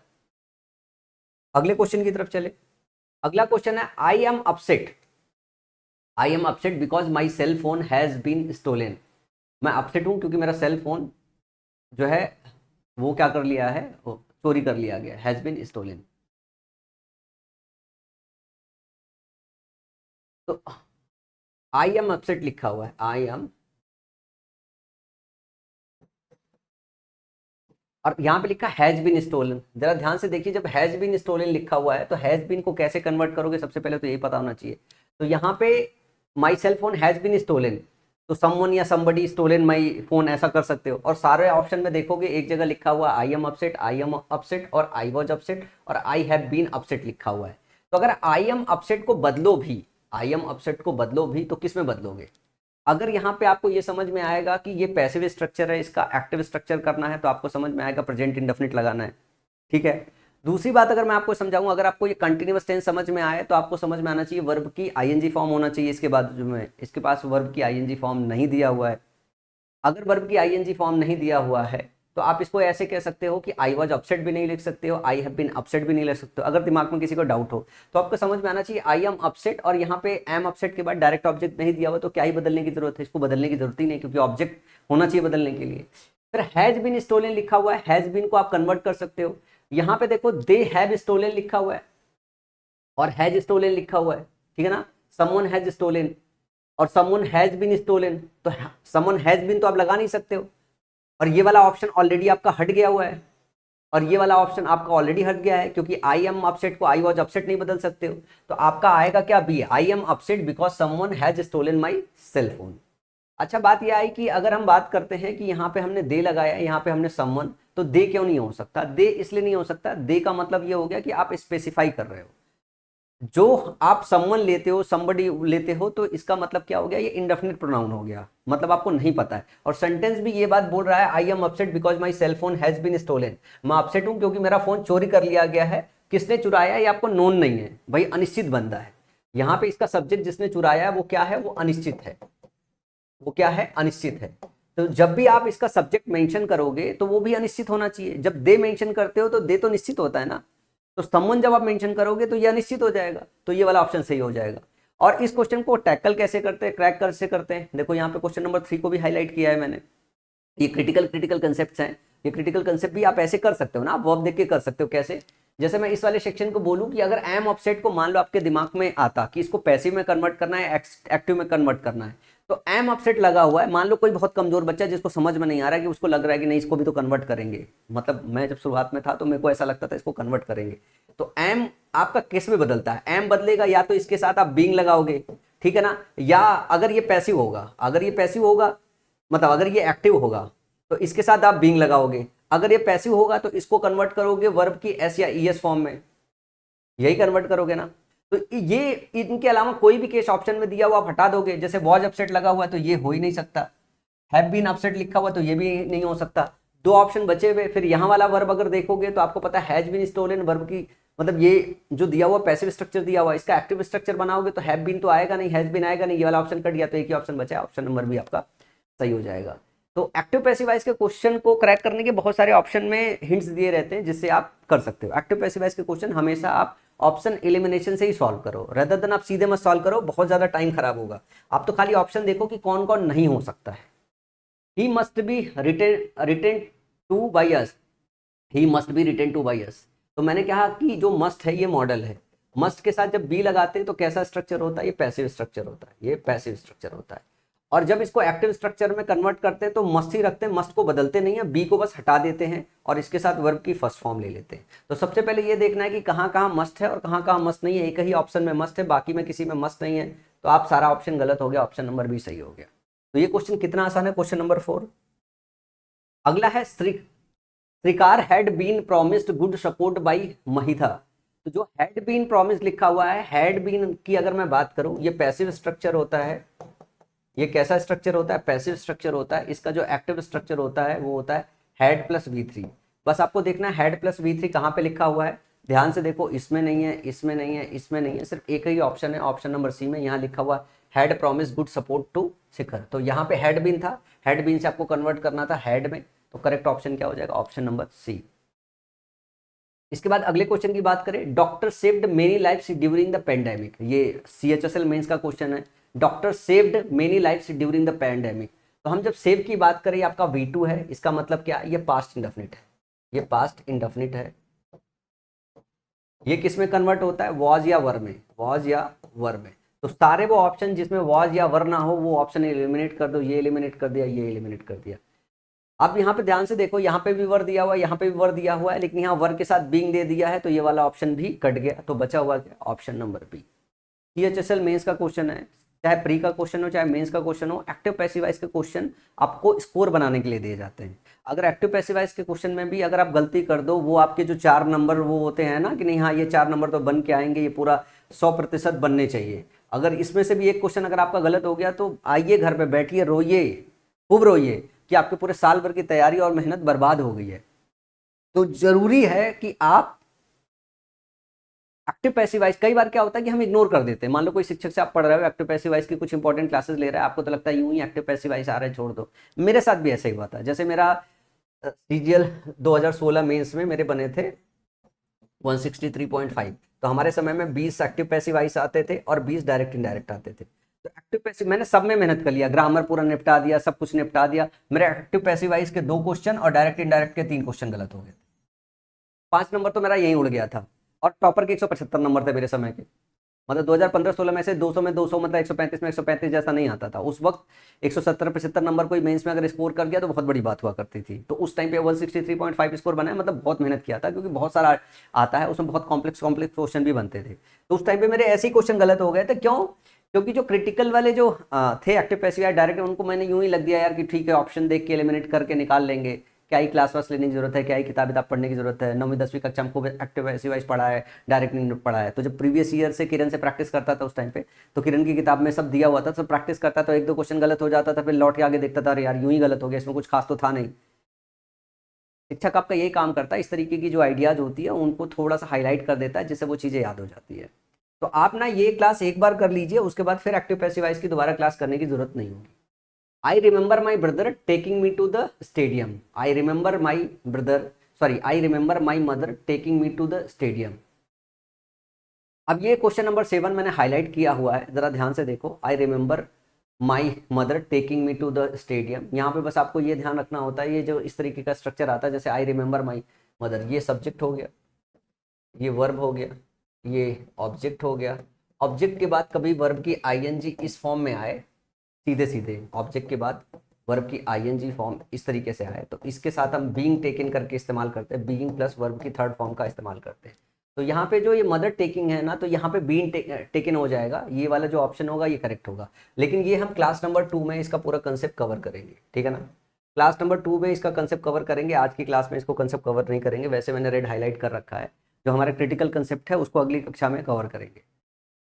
अगला है the new sunsets have protected our windows during the rainy season. Have protected है तो कैसे बदलेगा, या तो हैज बदलेगा, वर्ब अगर सिंगुलर है तो हैज होगा, सॉरी अगर जो ऑब्जेक्ट है आपका अगर सिंगुलर है तो हैज होगा, अगर ऑब्जेक्ट जो है इस सेंटेंस का अगर प्लूरल है तो हैव से बदलोगे, और साथ में कैसे लगाओगे, बीइंग लगाओगे प्लस वर्ब की थर्ड फॉर्म लगाओगे। तो जहाँ हैज हैव नहीं दिया हुआ सारे ऑप्शन को काट दो, ये वाले में नहीं दिया हुआ है, ये वाले में नहीं दिया हुआ है, और इन दोनों में दिया हुआ है हैव बीन और हैव बीन। अब यहाँ पे ध्यान से देखो, एक जगह आपको जो पैसिव वॉइस का सब्जेक्ट बनाया गया है आवर सनसेट्स बनाया गया है, और दूसरा है जो आवर विंडोज बनाया गया है। अब बस आपको ध्यान से देखना है कि इसमें क्या ऑब्जेक्ट है, वही इसका सब्जेक्ट होगा। तो सनसेट्स जो है इसी का सब्जेक्ट है, एक्टिव वॉइस का सब्जेक्ट है, ये पैसिव वॉइस का क्या बनता है, ऑब्जेक्ट बनता है। यहाँ पे सब्जेक्ट बना दिया गया है तो अपने आप में गलत है। तो ये CHSL टीयर सेकंड का जो क्वेश्चन है, ये पूछा क्या गया है, पूछा इस बात पे गया है जो सबसे बेसिक स्ट्रक्चर बनाया जाता है। बेसिक स्ट्रक्चर क्या होता है कि एक्टिव वॉइस में subject plus verb plus object जो है, ये एक्टिव वॉइस का स्ट्रक्चर है। जब इसको पैसिव वॉइस में कन्वर्ट करते हो तो ऑब्जेक्ट को सब्जेक्ट बनाते हो, सब्जेक्ट को ऑब्जेक्ट बनाते हो यहाँ पे, और ये जो वर्ब है ये क्या काम करते हैं, ये वर्ब को चेंज करके लगते हो, वर्ब को चेंज करके पैसिव वॉइस के हिसाब से रखते हो, पैसिव वॉइस के हिसाब से यही होता है। और ये क्वेश्चन जो CHSL मेंस का 2024 का, ये इसी बेसिक फंडे पे पूछा गया है। अगर ये क्वेश्चन भी किसी बच्चे से गलत हो जाए तो इसका मतलब है कि घर आके रोएगा नहीं तो और क्या करेगा, कि उसका पेपर बर्बाद हो गया, उसका पेपर बर्बाद हो गया, उसका पेपर बर्बाद हो गया। अगला क्वेश्चन है Isika saw the tiger in the forest.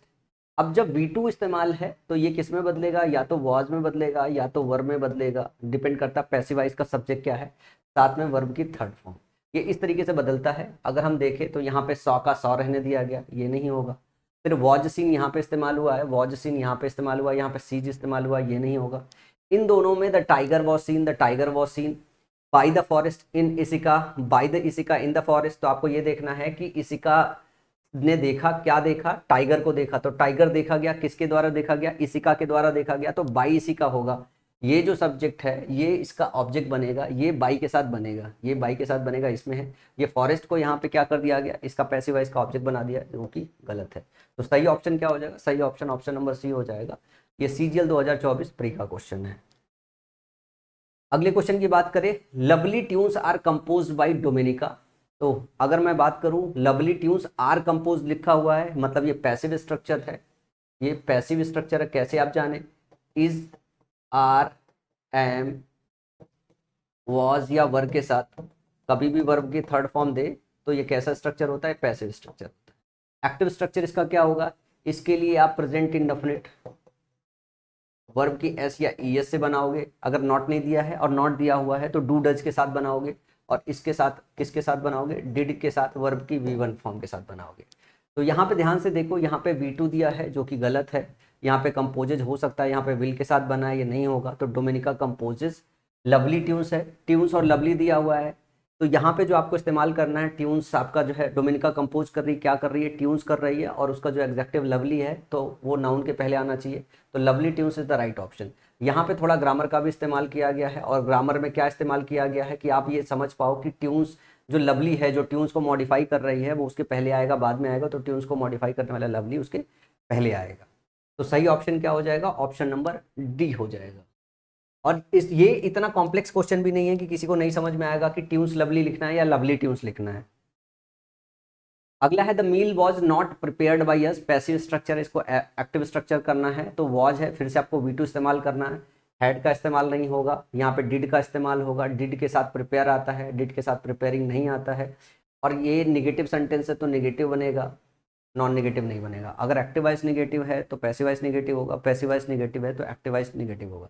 तो सही ऑप्शन क्या हो जाएगा, सही ऑप्शन ऑप्शन नंबर बी हो जाएगा। अगर अगले क्वेश्चन की बात करें, अगला क्वेश्चन है the homework must be done by you. आपको सिर्फ मस्ट ढूंढना है क्योंकि मस्ट का इस्तेमाल है, तो जहां जहां मस्ट होगा वही ऑप्शन हो सकता है, जहां मस्ट नहीं है वो ऑप्शन हो ही नहीं सकता है। कि मॉडल के साथ बी लगाते हैं तो जब उसका एक्टिवाइज कन्वर्ट करते हैं तो खाली बी हटाते हैं और V1 ले आते हैं, बी और वर्ब की थर्ड को चेंज करते हैं और V1 में ले आते हैं। तो क्वेश्चन नंबर 12 का जो जवाब है ऑप्शन नंबर डी हो जाएगा। ये सारे सवाल आपको एग्जाम में कुछ सेकंड्स में कर लेते हैं। मैं ये कहता हूँ इसमें कुछ सिखाने जैसा नहीं है, सिर्फ एक बार आपको इस वीडियो को देखना है, क्योंकि एक्टिव पैसिव वॉइस के क्वेश्चन 100% बच्चा एग्जाम में जो अपीयर होता है, जो जिसको थोड़ा भी समझ है कि नहीं वो एग्जाम की तैयारी कर रहा है ना, तो 100% बच्चा एक्टिव पैसिव वॉइस के क्वेश्चन सॉल्व कर लेता है। अगला क्वेश्चन है the paintings was admired by art enthusiast from around the world. तो वॉज एडमायर्ड दिया हुआ है, मतलब आपको क्या ढूंढना है, आपको V2 ढूंढना है। तो ये वाज बिंग दिया हुआ है जो कि गलत हो गया है, और एडमायर्ड यहाँ पे V2 दिया हुआ है, एडमायर आपका वर्ड था, ये V2 दिया हुआ है, और यहाँ पे हैड एडमायर्ड जो कि गलत है, और यहाँ पे अगर बात करें हैज़ बीन एडमायर्ड, ये भी गलत है। तो ऑप्शन बी हो जाएगा, क्या सही हो जाएगा। आपको सिर्फ वर्ब ढूंढना था V2, वर्ब क्या ढूंढना था, V2। वाज वर्ब के साथ वर्ब की थर्ड फॉर्म हो तो उसका एक्टिव वाइज जो कन्वर्ट होता है वो पास्ट इंडेफिनिट का होता है, मतलब V2 चाहिए होता है। नेगेटिव है तो डिड के साथ V1 चाहिए होता है। अगले क्वेश्चन की बात करें, by whom was grammar taught to you. ये देखो इंट्रोगेटिव सेंटेंस है जो हमको क्लास नंबर 02 में लेना है। लेकिन अगर मैं बात करूँ बाई होम, अगर बात कही गई है तो बाई होम हम तब इस्तेमाल करते हैं जब एक्टिव वॉइस में सेंटेंस हु से स्टार्ट हुआ। हु जब एक्टिव वॉइस में हो तो बाई होम में कन्वर्ट करते हैं, और इस हिसाब से दो ऑप्शन आपके हट गए, एक तो ये हट गया, ये तो हट गया। अब वॉज ग्रामर टॉट है, वॉज टॉट है, तो आपको ये समझना है कि ये वापस से वॉज वर्ब के साथ वर्ब की थर्ड फॉर्म दिया है। अगर इसको एक्टिव वॉइस में कन्वर्ट करोगे तो आपको क्या चाहिए, सिर्फ V2 चाहिए। तो हु टॉट यहाँ पे है, हु हैड टॉट, तो हैड टॉट नहीं होगा, सिर्फ V2 चाहिए, ये V2 होगा, ये सही हो जाएगा। वैसे ये इंट्रोगेटिव सेंटेंस है जिसको हमको अगली क्लास में और डिटेल में पढ़ना है, लेकिन छोटी सी इन्फॉर्मेशन है जो आप ध्यान रख सकते हो। जब इंट्रोगेटिव सेंटेंस हु से स्टार्ट हो तो इसको बाई होम से कन्वर्ट करते हैं, और हु से स्टार्ट करना हो तो लास्ट में बाई लगाते हैं, जो अगली क्लास में थोड़ा और डिटेल में चर्चा करेंगे। अगला है the letter will be delivered by the postman tomorrow. Will be delivered है तो बी आप इसको हटा दो, और इस V3 को क्या काम करो, V1 में कन्वर्ट कर दो। सबसे पहले ये देखो विल के साथ V1 किधर पे है, ये बनेगा क्या आपका एक्टिव वॉइस। जब विल बी शैल बी के साथ वर्ब की थर्ड फॉर्म दी हुई होती है तो सेंटेंस कैसा होता है, सेंटेंस पैसिव वॉइस में होता है। द पोस्टमैन डिलीवर्ड, अब डिलीवर को डिलीवर्ड करना था, हमने क्या काम कर लिया, जो है इसको किस में डिलीवर्ड नहीं होगा क्योंकि ये V2 में है, मतलब ये ऑप्शन नहीं हो सकता, हमें विल ढूंढना ही ढूंढना है। यहाँ पे विल हैव है, नहीं होगा। विल डिलीवर यहाँ पे दिया हुआ है और यहाँ विल बी डिलीवरिंग दिया हुआ है, ये नहीं होगा। तो जब भी विल बी डिलीवर्ड होता है तो इसका जो एक्टिव वॉइस होता है विल डिलीवर होता है। विल डिलीवर को विल बी डिलीवर्ड में कन्वर्ट करते हैं। मतलब आप फ्यूचर जो इंडेफिनिट होता है, जो फ्यूचर इंडेफिनिट होता है जिसमें हम विल सेल के साथ V1 फॉर्म लेते हैं एक्टिव वॉइस में, ये पैसिव वॉइस में कैसे कन्वर्ट होता है, ये पैसिव वॉइस में कन्वर्ट होता है will shall plus be plus verb की थर्ड फॉर्म। ये स्ट्रक्चर यहाँ पे दिया हुआ है और आपको क्या काम करना है, ये वाला स्ट्रक्चर कन्वर्ट करना है, ये वाला स्ट्रक्चर यहाँ पे ऑप्शन नंबर सी में। अगले क्वेश्चन की तरफ चले। अगला क्वेश्चन है historians tells us how this country was delivered into 3। Historians बताते हैं कि ये कंट्री कैसे वाज डिवाइडेड है, डिलीवर पढ़ जाता, वाज डिवाइडेड इनटू 3। अब वाज डिवाइडेड लिखा हुआ है तो आप ध्यान से देखिए वाज डिवाइडेड को कैसे कन्वर्ट करोगे, और हिस्टोरियंस बताते हैं। तो सबसे पहले यहाँ पे ध्यान से देखो, ये आपका सब्जेक्ट है, ये वर्ब है और ये ऑब्जेक्ट है। तो ये क्या होगा, ये कन्वर्ट होगा। टेलस लिखा हुआ है, इसका मतलब है ये प्रेजेंट इंडेफिनिट है। प्रेजेंट इंडेफिनिट कैसे चेंज होता है पहले तो आपको ये समझना है। तो टेल को हम कैसे चेंज करेंगे, हम इसका इज आर एम के साथ बनाएंगे। तो जो वी होता है, अस का वी सब्जेक्टिव केस होता है, तो हम वी से इस्तेमाल कर देंगे। तो वी आर टोल्ड यहाँ पे लिखा है, वी आर टोल्ड यहाँ पे लिखा हुआ है, वी आर टोल्ड यहाँ पे लिखा हुआ है, ये तीनों ऑप्शन हो सकते हैं, ऑप्शन डी नहीं हो सकता है। ये हमने कन्वर्ट कर दिया। अब उसके बाद जरा ध्यान से देखो कि this country was divided into 3। तो how this country has been divided into 3। अगर वॉज डिवाइडेड लिखा हुआ है तो वॉज डिवाइडेड हमेशा ध्यान से देखो, वॉज वर्ब के साथ अगर वर्ब की थर्ड फॉर्म दी हुई है, वॉज वर्ब के साथ अगर वर्ब की थर्ड फॉर्म दी हुई है तो कैसा स्ट्रक्चर होता है, पैसिव। और एक्टिव स्ट्रक्चर इसका क्या होता है, एक्टिव स्ट्रक्चर इसका V2 के साथ होता है। तो यहाँ पे ध्यान से देखो, यहाँ पे हैज बीन का इस्तेमाल किया हुआ है, यहाँ पे वॉज डिवाइडेड इंटू 3 लिखा हुआ है, how this country was divided into 3 लिखा हुआ है। इस बात को ध्यान से देखो, वॉज डिवाइडेड इंटू 3 लिखा हुआ है और यहाँ पे लिखा हुआ है this country, how this country divided into 3, ये दिया हुआ है। अब एक बात, ये जो क्वेश्चन है, क्वेश्चन नंबर 16 देखो मैंने हाईलाइट कर रखा है। अब यहाँ पे ध्यान से देखो कि इस सेंटेंस को कन्वर्ट कैसे करोगे। एक मैंने छोटी सी बात बताई है कि जब वर्ब का ऑब्जेक्ट प्रेजेंट हो, तब तो हम इसको कन्वर्ट करते हैं। अगर वर्ब का ऑब्जेक्ट प्रेजेंट ना हो तो हम इसको कन्वर्ट नहीं करते। कंट्री जो है 3 में डिवाइड किया गया है, कंट्री वाज डिवाइडेड इनटू 3। अब यहाँ पे लिखा हुआ है ना, historians tells us how this country, ये जो है किस तरीके से डिवाइड किया गया ये बता रहा है। किसने किया है उसको मेंशन ही नहीं करना है। जिस किसी आदमी ने 3 पार्ट में जो है कन्वर्ट किया है उसको मेंशन ही नहीं करना है। जैसे अगर मान इसमें भी बोलोगे ना, we are told by historian how this country was divided into 3, ठीक है ना, और how this country divided into 3। तो ये कैसे डिवाइड हुआ है इनटू 3। तो जब आप डिवाइडेड इस्तेमाल करते हो तो ये इस्तेमाल करते हो आप एक्टिव वॉइस में। जब ये एक्टिव वॉइस में इस्तेमाल करते हो तो आपको ध्यान से पता होना चाहिए कि इसका सब्जेक्ट मेंशन हो, किसने डिवाइड किया, आपको सब्जेक्ट मेंशन करने की जरूरत होती है। जब तक आप सब्जेक्ट मेंशन नहीं करोगे तब तक आप सेंटेंस को जो है एक्टिव वॉइस में नहीं रख सकते हो। तो how this country divided into 3 लिख ही नहीं सकते। रीजन क्यों, क्योंकि कंट्री डिवाइड हुआ है, किसने डिवाइड किया है वो नहीं हुआ है। तो डिवाइड करने वाला जो पर्सन है, जो डूअर है, अगर हम यहाँ डूअर मेंशन करते तब तो हम इसको एक्टिव वॉइस में रख सकते थे या इस स्ट्रक्चर में रख सकते थे। अगर यहाँ पे डूअर है ही नहीं है, किसने डिवाइड किया है, तो ये वाला ऑप्शन ही नहीं ले सकते हम, ये वाला ऑप्शन ही नहीं ले सकते। तो हमें क्या लेना पड़ेगा, how this country was divided into 3। ये वाला जो ऑप्शन होगा ऑप्शन नंबर 3 ही होगा। क्यों, क्योंकि डूअर ही प्रेजेंट नहीं है यार। मतलब अगर पैसिव वॉइस में यहाँ पे अगर ऑब्जेक्ट नहीं दिया है तो आप यही बता नहीं पा रहे हो कि किसने डिवाइड किया है। तो आप इससे जो कंट्री डिवाइड हुई है, कंट्री 3 पार्ट में डिवाइड हुई है, किसने डिवाइड किया है वो पता नहीं है। तो अगर आपको सब्जेक्ट ही मेंशन नहीं है तो आप इसको एक्टिव वॉइस में कैसे कन्वर्ट करोगे भाई। मेन चीज क्या है, जो डूअर होता है, डूअर से स्टार्ट करके आप सेंटेंस को मेंशन करते हो एक्टिव वॉइस में। और अगर पैसिव वॉइस की बात करें, पैसिव वॉइस को करें तो ऑब्जेक्ट को स्टार करके जिस पे काम हुआ है वो मेंशन करते हैं। पर अगर कहीं आपका डूअर पता ही ना हो, डूअर पता ही ना हो, अगर हम ये मेंशन करना है someone divided the country into 3, तब तो सही हो सकता है। समवन, हाउ समवन डिवाइडेड, अगर मैं इसको ऐसे लिख देता हूं, how someone divided this country into 3, तब सेंटेंस सही हो सकता था। जब हम यहाँ पे सब्जेक्ट मेंशन कर देते कि किसने डिवाइड किया है। आपको इस बात का ध्यान रखना चाहिए कि सेंटेंस एक्टिव वॉइस में तब आप बनाते हो जब डूअर प्रेजेंट हो। अगर डूअर ही नहीं है, हाउ डूअर हो ही नहीं सकता ना। हु या हुम होता तो सब्जेक्ट हो सकता था, ये डूअर हो सकता था, सॉरी हु होता तो डूअर हो सकता था। लेकिन अगर हाउ कैसे हुआ है, ये डूअर तो है ही नहीं है, किसने डिवाइड किया इस सेंटेंस में मेंशन ही नहीं कर रहे। तो अगर डूअर प्रेजेंट नहीं है तो सेंटेंस को एक्टिव वॉइस में नहीं रह सकते। तो क्वेश्चन नंबर 16 जो है ये भी हमारे क्रिटिकल कंसेप्ट का एक हिस्सा है, जो अभी अगली क्लास करेंगे तो उसमें कर लेंगे, क्योंकि अब क्वेश्चन आया हुआ है तो मन नहीं मान रहा है कि मैं इसको एक्सप्लेन ना करूँ, इस वजह से एक्सप्लेन कर रहा हूँ। ठीक है, ये हमारे कल के मतलब क्लास नंबर 2 के हिस्से का क्वेश्चन है, आज के हिस्से का क्वेश्चन नहीं है, लेकिन चलो ठीक है, थोड़ा थोड़ा आइडिया रहेगा तो कल की क्लास में जब डिटेल डिस्कशन करेंगे तो। और उस पर क्योंकि बहुत सारे पॉइंट्स हैं जो शुरुआत में डिस्कस करने पड़ते हैं, देन उसके बाद क्वेश्चन सॉल्व कराओ तो आसानी से समझ में आ जाते हैं। अगला है the company will launch the new product next month and they are already promoting it through various marketing channels.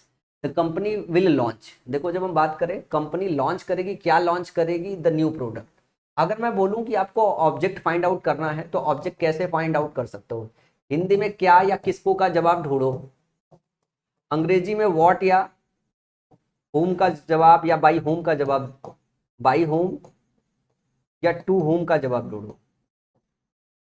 तो जो बाई होम या टू होम का जवाब आता है ये इनडायरेक्ट ऑब्जेक्ट होता है, ये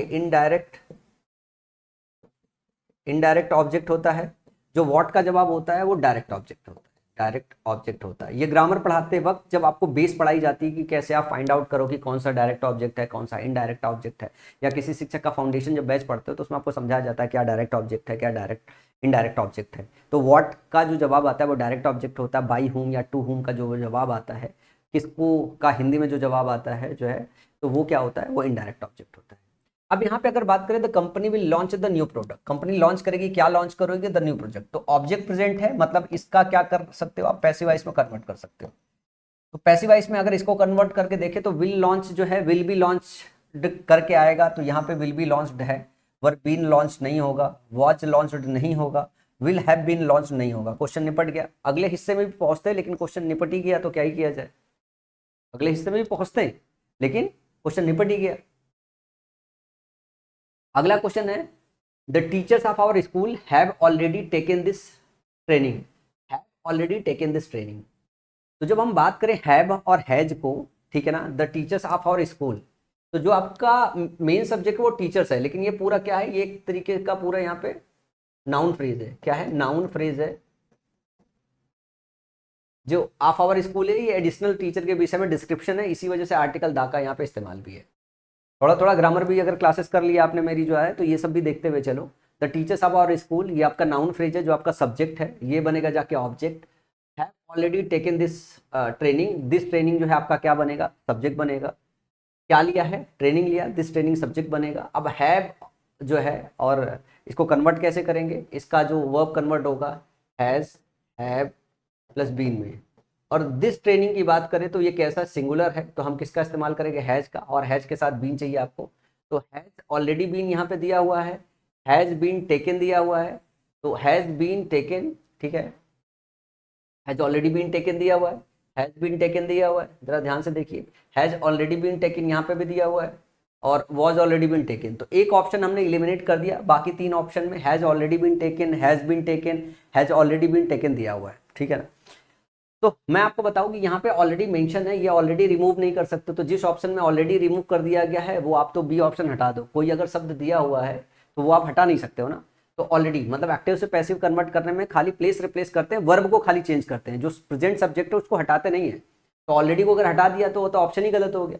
अब इसके बाद दो ऑप्शन बचा हुआ है, the training has already been taken by the teachers of our school और by the our school teacher. ये बड़ा क्लासिकल क्वेश्चन है, यहाँ तक तो एक्टिव पैसिव वॉइस था।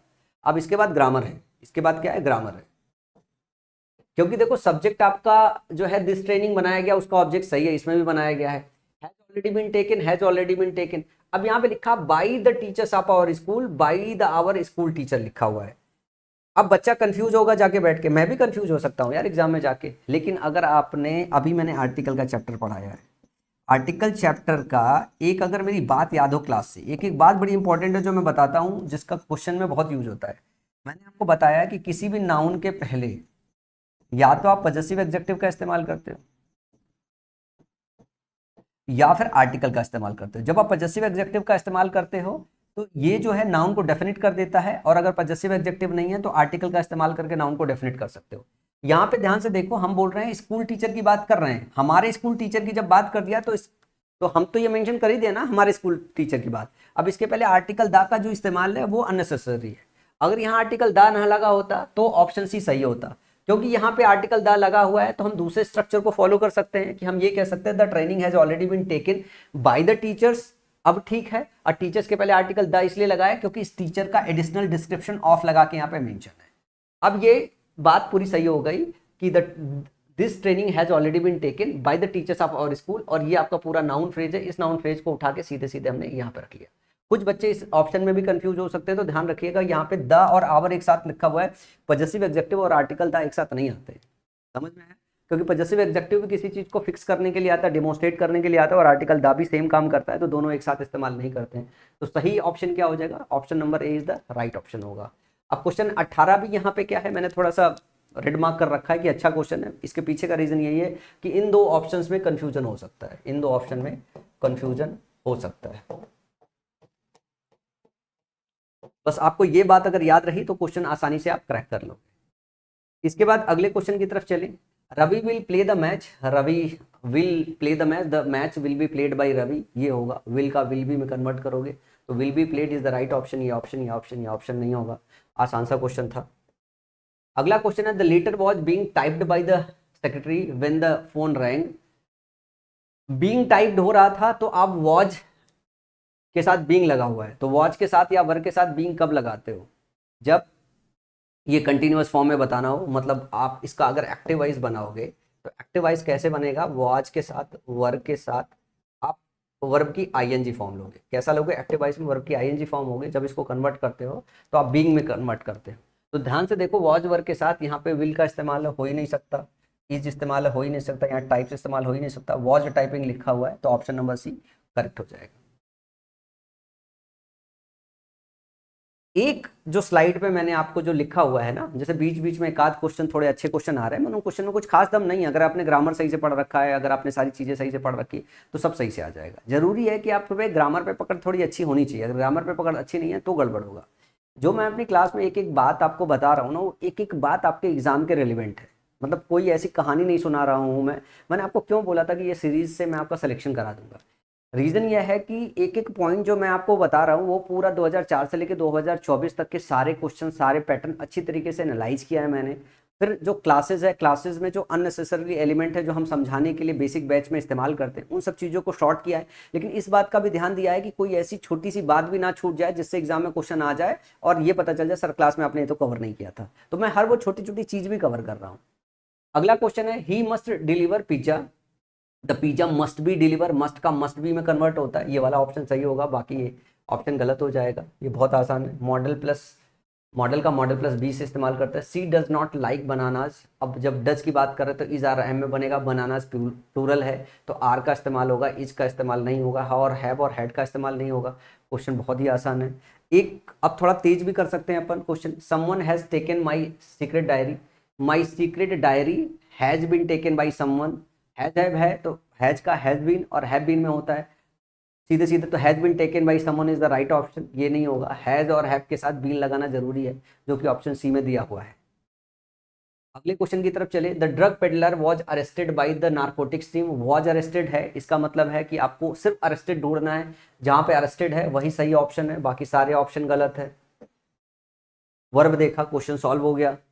अगला क्वेश्चन है scientist were conducting experiment on the newly discovered species. Were conducting लिखा हुआ है तो वर के साथ आपको बीइंग लेना पड़ेगा, फिर कंडक्टिंग की जगह कंडक्टेड लेना पड़ेगा। सिर्फ वर्ब आपको बदलना है, वर बीइंग कंडक्टेड मुझे ऑप्शन नंबर डी में दिखाई दे रहा है। जरा ध्यान से देखो, इसमें भी नहीं है, इसमें भी नहीं है, और हेड बिन दिया हुआ इसमें भी नहीं है, तो सही जवाब क्या हो जाएगा? Option number D. अगला क्वेश्चन जरा ध्यान से देखो। I will never overlook this creativity. Will never लिखा हुआ है, इसका मतलब है विल बी होगा। लेकिन अगर मैं बात करूं, मैंने आपको बताया था क्या, विल बी और सेल बी जब कन्वर्ट करते हो वर्ब की थर्ड फॉर्म, अगर नॉट या नेवर आ रहा है, नॉट और नेवर का अगर इस्तेमाल हो रहा है तो आप विल और बी के बीच में विल नॉट या फिर नेवर बी इस्तेमाल करते हो। ये स्ट्रक्चर होता है विल या शैल वैसे जो इस्तेमाल करना हो। तो ध्यान से देखो, विल नेबर भी लिखा हुआ है, कहाँ पे विल और बी के बीच में नेबर आया हुआ है, यहाँ पे आया हुआ, और किसी ऑप्शन में नहीं आया, तो यही ऑप्शन सही है, बाकी सारे ऑप्शन गलत है। अगला question, question number 27, who invited you to this party. Who लिखा हुआ है तो बाई हुम से सारे ऑप्शन स्टार्ट है। इनवाइटेड दिया हुआ है मतलब V2 दिया हुआ है, ध्यान से देखो, हुई और पैसिव वॉइस में कन्वर्ट करना है। और V2 का कैसे कन्वर्ट करते हो, वॉज या वर में, वॉज या वर में, बस ये ढूंढना है आपको। वॉज वर कहाँ पे है, यहाँ पे आर दिया, यहाँ पे आर दिया, यहाँ पे वर दिया हुआ है, ऑप्शन डी सही हो जाएगा। टेंस खाली देख लो कैसे चेंज करना है। V2 जो चेंज होता है वो वॉज या फिर वर में प्लस वर्ब की थर्ड फॉर्म में चेंज होता है। अगले क्वेश्चन की बात करें, 28वां, the team will announce the winner tomorrow. Will announce है, विल बी अनाउंस्ड होगा, तो विल अनाउंस गलत हो गया, विल अनाउंस गलत हो गया, विल बी अनाउंस्ड यहाँ पे सही है, विल बी अनाउंस्ड यहाँ पे सही है। अब सब्जेक्ट खाली देखना है, the team will announce the winner, object क्या है, द विनर है, ये सब्जेक्ट आपका बनेगा, टुमारो सब्जेक्ट बन नहीं सकता, ऑप्शन सी करेक्ट हो जाएगा। 95% क्वेश्चन तो ऐसे ही आते हैं आपके एग्जाम में, 95% क्वेश्चन ऐसे ही आते हैं। डोंट लेट, ये इंपरेटिव सेंटेंस से रिलेटेड है, हम क्वेश्चन नंबर 29 क्लास नंबर 2 में कवर करेंगे। अगला है the children have made the box. Have made है तो the box has have been made by the children, the box has been made by the children, option number D सही है। बाकी में हैड और हैड का इस्तेमाल है, इज बीन का इस्तेमाल गलत है। हैज हैव किस में कन्वर्ट होता है, हैज हैव अपने साथ बीन प्लस वर्ब की थर्ड फॉर्म लेता है, ऑप्शन डी सही होगा। अब मैं थोड़ा तेज चल रहा हूँ, ये बुलेट ट्रेन की स्पीड है, ये बुलेट ट्रेन की स्पीड है, क्योंकि मैं इसके पहले 20-25 क्वेश्चन बहुत प्यार प्यार से आराम आराम से लिख के समझा रहा था। लेकिन अब आप अपनी स्पीड चेंज कर सकते हो, क्योंकि अब इसके बाद अगर मैं आपको धीमे धीमे पढ़ाऊँ मतलब आपका समय खराब कर रहा हूँ मैं। अब आपको खाली वर्ब तेज देखना होगा। We are organising a concern for charity. अब हम बात कर रहे हैं concern for charity is being organised by them.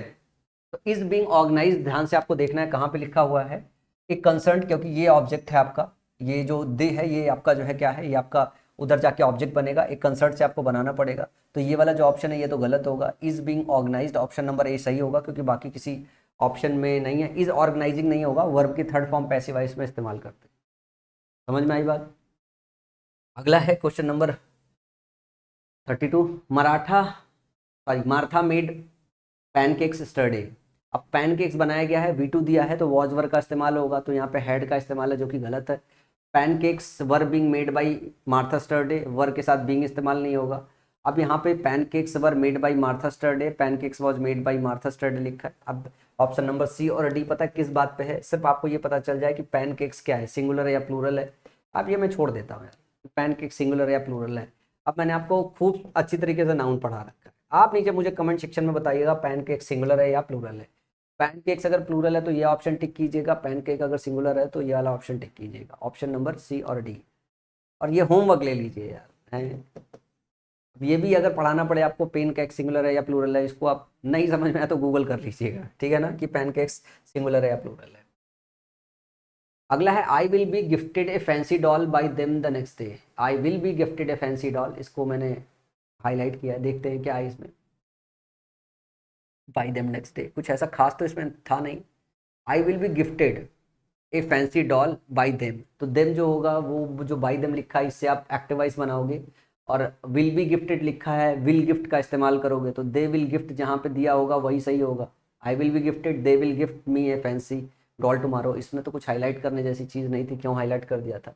The gift me, they gift gifted me, ये वाला ऑप्शन नहीं होगा, ये वाला ऑप्शन नहीं होगा, नहीं होगा, एक ही ऑप्शन है। जैसे विल बी किस में चेंज होगा, विल बी चेंज होगा सिर्फ विल में प्लस वर्ब की थर्ड फॉर्म में, क्या है गिफ्टेड, तो ये जो है विल बी, विल जो है गिफ्ट में, ये वर्ब की थर्ड फॉर्म में नहीं V1 में कन्वर्ट हो जाएगा, तो दे विल गिफ्ट, तो विल गिफ्ट यहाँ पे हो गया। अब ये बाई देम है, ये आपका सब्जेक्ट बनेगा, सब्जेक्ट बन गया। ये तीन चीज जैसे ही आपको मिल गई तो आपको ऑप्शन नंबर डी मिल गया, तो इसमें हाईलाइट करने कुछ जैसी चीज नहीं थी, पता नहीं क्यों हाईलाइट कर रखा था मैंने। He will give a lecture on personality development, he will give a lecture on personality development, तो विल गिव जो लिखा है विल बी गिवन इस्तेमाल होगा। सबसे पहले तो विल बी गिवन ढूंढो कहाँ कहाँ पे दिया हुआ है, तो यहाँ पे विल बी गिवन दिया हुआ है, ठीक है ना, विल बी गिवन यहाँ पे दिया हुआ है, और बाकी किसी ऑप्शन में नहीं दिया, इस ऑप्शन में भी नहीं दिया, और बाई हिम का यहाँ पे इस्तेमाल किया हुआ है, ठीक है ना। और a lecture will be given on personality development, a lecture on personality development, और ही जो ये सब्जेक्ट है ना ये बाई लगा के मिसिंग है कि यहाँ पे तो बाई हिम लिखा हुआ नहीं है, तो ये ऑप्शन गलत हो गया। सही ऑप्शन क्या हो गया, option number C, a lecture on personality development. A lecture on personality development ये आपका ऑब्जेक्ट है, ठीक है ना, एक नाउन फ्रेज हो गया, क्या हो गया, नाउन फ्रेज हो गया जो ऑब्जेक्ट की प्लेस पे रखा गया है। इस नाउन फ्रेज को आप क्या बनाओगे, ये पैसिव वॉइस का सब्जेक्ट बनाओगे, देन विल का विल बी में ट्रांसफर करोगे, वर्ब की थर्ड फॉर्म इस्तेमाल करोगे और बाई सब्जेक्ट यहाँ पे डालोगे, तो बाई हिम होगा। तो करेक्ट ऑप्शन क्या हो जाएगा, correct option option number third हो जाएगा। अगले क्वेश्चन की बात करें, his behaviour वेक्सेस me sometimes. His behaviour वेक्सेस me sometimes, इसको भी हाईलाइट किया, पर हाईलाइट करने जैसी चीज़ नहीं है। ये है आपका ऑब्जेक्ट, तो आई वेक्स है, तो आप समझो कि वेक्स का अगर पैसिव वॉइस में बनाओगे, ये प्रेजेंट इंडेफिनिट है, तो आई के हिसाब से अगर चेंज करोगे तो इज आर एम में चेंज करना होता तो आई के हिसाब से एम आता है, और वैक्स की जगह क्या होगा, वैक्स्ड हो जाएगा, वर्ब अपनी थर्ड फॉर्म में हो जाएगा, तो आई एम वैक्स्ड हो जाएगा, आई एम वैक्स्ड हो जाएगा। देखो कहीं पे लिखा हुआ आई एम वैक्स्ड, और सम टाइम का यूज केस इसमें दिया हुआ, खाली ध्यान से देखो, यहाँ पे ये दिया हुआ, यहाँ पे ये दिया हुआ, यहाँ पे ये दिया हुआ, इन दोनों से गलत है। आई एम वैक्स्ड यहाँ पे लिखा हुआ है, लेकिन सम टाइम का इस्तेमाल वैक्स से पहले है, क्योंकि आपको ये बताना है कि मैं वैक्स्ड होता हूँ, मैं वैक्स्ड होता हूँ, लेकिन सम टाइम होता हूँ, तो सम टाइम्स इसका मॉडिफायर है, जो वैक्स से पहले आपको लिखना पड़ेगा, बाई हिज बिहेवियर, उसके बिहेवियर के द्वारा। तो हिज बिहेवियर आपका ऑब्जेक्ट है, और यहाँ पे इसका ऑब्जेक्ट आ जाएगा बाई हिज बिहेवियर, ठीक है ना। तो सही सवाल का जवाब क्या, I am sometime vexed by his behaviour, option number C is the right. समझ में आया। आगे चलते हैं अगले क्वेश्चन की तरफ। They are building a new hospital in the city, a new hospital are being, a new hospital is being build. तो इज बीइंग बिल्ड सबसे पहले आपको ढूंढना पड़ेगा, इज बीइंग बिल्ड एक ही ऑप्शन में है, बाकी किसी ऑप्शन में नहीं, जरा ध्यान से देखो, ए बी और सी किसी में नहीं है। जब आप अगर यहाँ पे इसका ऑब्जेक्ट देखोगे तो कैसा है, सिंगुलर है, तो ये न्यू हॉस्पिटल, फिर आर बीइंग जो लिखा हुआ है इसको इज लोगे, और बिल्डिंग लिखा हुआ है तो बीइंग क्या होगा, बिल्ट, इज बीइंग बिल्ट, ये जो है राइट ऑप्शन होगा। और फिर उसके बाद इन द सिटी बाई देम, सही सवाल का जवाब क्या हो जाएगा, ऑप्शन नंबर, क्वेश्चन नंबर 36। अगले क्वेश्चन की बात करें, अगला क्वेश्चन है हमारा जो है, they have built a new bridge across the river, a new bridge has been built. तो हैज बीन बिल्ट पहले देखना पड़ेगा कहाँ है, हैज बीन बिल्ट का यहाँ पे दिया हुआ है, तो हैज बिल्ट लिखा हुआ है, बीन यहाँ पे मिसिंग है, और a new bridge by them has been built दिया हुआ है, यहाँ पे हैज बीन बिल्ट यहाँ पे भी दिया हुआ है। अब आपको सब्जेक्ट और ऑब्जेक्ट ढूंढने की ज़रूरत है, कहाँ पे सब्जेक्ट है कहाँ पे ऑब्जेक्ट है। तो built a new bridge, new bridge आपका सब्जेक्ट बनेगा, तो जहाँ जहाँ आपका न्यू ब्रिज नहीं है वो ऑप्शन हटा दो, ये वाले से द रिवर से बनाया गया, ये आप हटा दो। A new bridge has been built across the river by them, a new bridge by them, a new bridge by them जो इस्तेमाल होता है, ये बाय देम कब इस्तेमाल होता है, ये आप जो वर्ब रखते हो ना, वर्ब के बाद लिखते हो आप, इसका ऑब्जेक्ट इसका सब्जेक्ट बनाते हो, और इसका सब्जेक्ट इसका ऑब्जेक्ट बनाते हो, तो आपको ये जो बाय देम है ना, ये बाद में लिखने की जरूरत है, तो ये वाला ऑप्शन गलत हो गया, सही ऑप्शन क्या हो गया, सही ऑप्शन ए हो गया, a new bridge has been built across the river by them. अगला है बाई हुम वर यू इंजर्ड। अब फिर बाई हुम है तो हु से स्टार्ट होगा, और अगर वर्ग का इस्तेमाल किया है, वर्ग के साथ वर्ग की थर्ड फॉर्म इस्तेमाल किया गया है, जब एक्टिव वॉइस में बनाओगे तो वी टू का इस्तेमाल करोगे, किसका, वी टू का इस्तेमाल करोगे, तो who injured you is the right option, इसके साथ वी टू आएगा।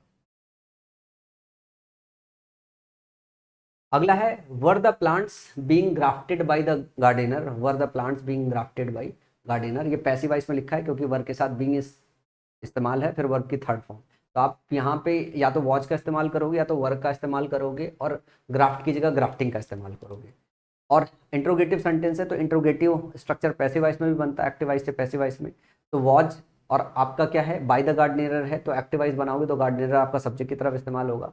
तो वॉच ग्राफ्टिंग पहले सबसे आपको देखना है, वॉच या फिर वर्ग ग्राफ्टिंग कहाँ कहाँ पे हो सकता है, तो were the gardener grafting the planet grafting, तो ये तीन ऑप्शन में ग्राफ्टिंग दिया हुआ है, वॉच वर दिया हुआ है, एक ऑप्शन है ये वाला ऑप्शन नहीं होगा, इससे आपको पता चल जाएगा। फिर लिखा है watch the gardener grafting the plants, और एक्टिव वॉइस में है कौन है, बाय द गार्डनर है, तो गार्डनर इसका सब्जेक्ट बनेगा, तो ये वाला ऑप्शन जो है निपट गया।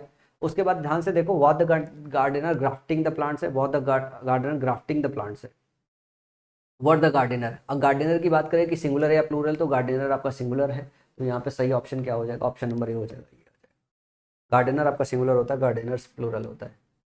Dipesh will send Rakesh away to college for certain reasons, जो दीपेश है will send Rakesh away to the college for certain reason, will send को किस में बदलोगे, विल सेंड दिया हुआ है, will send Rakesh away to college, तो विल बी सेंट इस्तेमाल होगा कहाँ पे, देखो ये नहीं होगा, विल बी सेंट हो सकता है, बाकी ये दोनों ऑप्शन में वर्ब ही नहीं मैच कर रहा है, विल का जो चेंज करते हो विल बी में, और वर्ब की थर्ड फॉर्म में चेंज करते हो, तो इससे जो बदलाव आएगा वो ये वाला बदलाव आएगा, ऑप्शन बी सही हो जाएगा। तो ये रहा जो है आज का क्लास नंबर 01। इसके बाद मैं पूरी की पूरी सीट आपको दिए दे रहा हूँ और मैं उम्मीद कर रहा हूँ कि सीट में सारा जो वर्ब देख के, समरी बता देता हूँ, जो वर्ब देख के बदल जाए, जो वर्ब देख के बदल जाए वो सारा क्वेश्चन सॉल्व कर लेना जो है, जितने पांचों टाइप मैंने बताए हैं। जो बेसिक स्ट्रक्चर देख के समझ में आ जाए, बेसिक स्ट्रक्चर में जैसे आपका पता है subject plus verb plus object है, तो आपको पता होना चाहिए ऑब्जेक्ट इधर आता है, सब्जेक्ट इधर जाता है, वर्ब चेंज होता है। ये बेसिक स्ट्रक्चर के जितने क्वेश्चन हो वो जो है सारी की सारी सीट से कर लेना। टोटल 163 क्वेश्चन है, जिसमें से 40 क्वेश्चन हम लोगों ने कर लिया है, जो है 163 क्वेश्चन है। बाकी सारे क्वेश्चन आपको लगाना है। सारे क्वेश्चन का जो कलेक्शन है 2004 से 2024 है। मेरी बैटरी भी लो हो रही है, अगर मेरी बात के बीच में अगर बैटरी खत्म हो जाए तो कोई बात नहीं, मैनेज कर लेना, क्लास खत्म हो गई है। और ये जो हम लोगों ने क्वेश्चन कवर किया है आज, जो बताया है या जो सीट में आपको कवर करना है, वो आपका क्लास 01 के सारे क्वेश्चन आपको कवर कर लेने हैं। कल की जो क्लास होगी बहुत इंपॉर्टेंट क्लास होगी, और सारे जो इंपॉर्टेंट जो है क्वेश्चन जो बनते हैं, जो डिफिकल्ट क्वेश्चन बन सकते हैं, जहाँ छोटे छोटे एरर हो सकते हैं, कल की क्लास में हम सारे के सारे लोग उसको कवर करेंगे। और मेरी फिर से आप सभी लोगों से रिक्वेस्ट है जो है कि आप सब लोग इस पूरी सीरीज को शिद्दत से देखिए, और सारे के सारे जो ये पीडीएफ है, जो असाइनमेंट्स है, डबल कॉलम की पीडीएफ, इनकी शिद्दत से प्रैक्टिस कीजिए। जो है बहुत मेहनत करके मैं इसे बना रहा हूँ। अगर कहीं आपको डाउट हो, किसी चीज़ में डाउट हो, तो दिस इज़ माई नंबर 9696102401। ये मेरा पर्सनल नंबर है, लेकिन आप इस पर सिर्फ व्हाट्सअप कीजिएगा, डायरेक्टली फ़ोन मत कीजिएगा।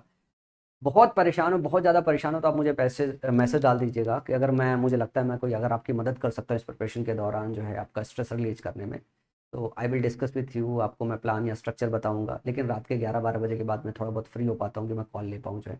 इस वक्त 31 जुलाई तक मैं पूरी तरीके से पैक्ड हूँ। यूजुअली मैं संडे ऑफ लेता था, लेकिन आप लोगों के लिए ना मैं सैटरडे ना संडे, इस वक्त 31 जुलाई तक मैं कुछ भी ऑफ नहीं ले रहा हूँ। और एक क्लास प्रिपेयर करने के लिए मुझे तकरीबन 10-12 घंटे मेहनत करने पड़ते हैं, क्योंकि कंटेंट को छांटना होता है, उसका जो थ्योरी का सेक्शन है उसको समअप करना होता है, क्योंकि अब हम अभी तक हमने एक्सटेंडेड वर्जन में पढ़ाया है, उसको श्रिंक करके एक भी आइडिया ना छूटे इस सीरीज में मैं पढ़ा रहा हूँ। तो उसमें बहुत काम करना पड़ता है कि कौन कौन सी चीज़ें कलेक्ट करूँ, कौन कौन सी चीज़ें छोड़ूँ, जो है कोई क्वेश्चन छूट तो नहीं जा रहा है, कुछ ऐसा तो नहीं आ जाएगा जो आपसे बचा रह जाएगा, क्योंकि हर चीज़ कवर करेंगे तब जाके कहीं आप 40 से 50 के बीच में टिकोगे। ठीक है, तो आज की क्लास में इतना ही, अगली क्लास में फिर मिलेंगे। तब तक अपना ध्यान रखिए, अच्छे से पढ़ाई करते रहिए।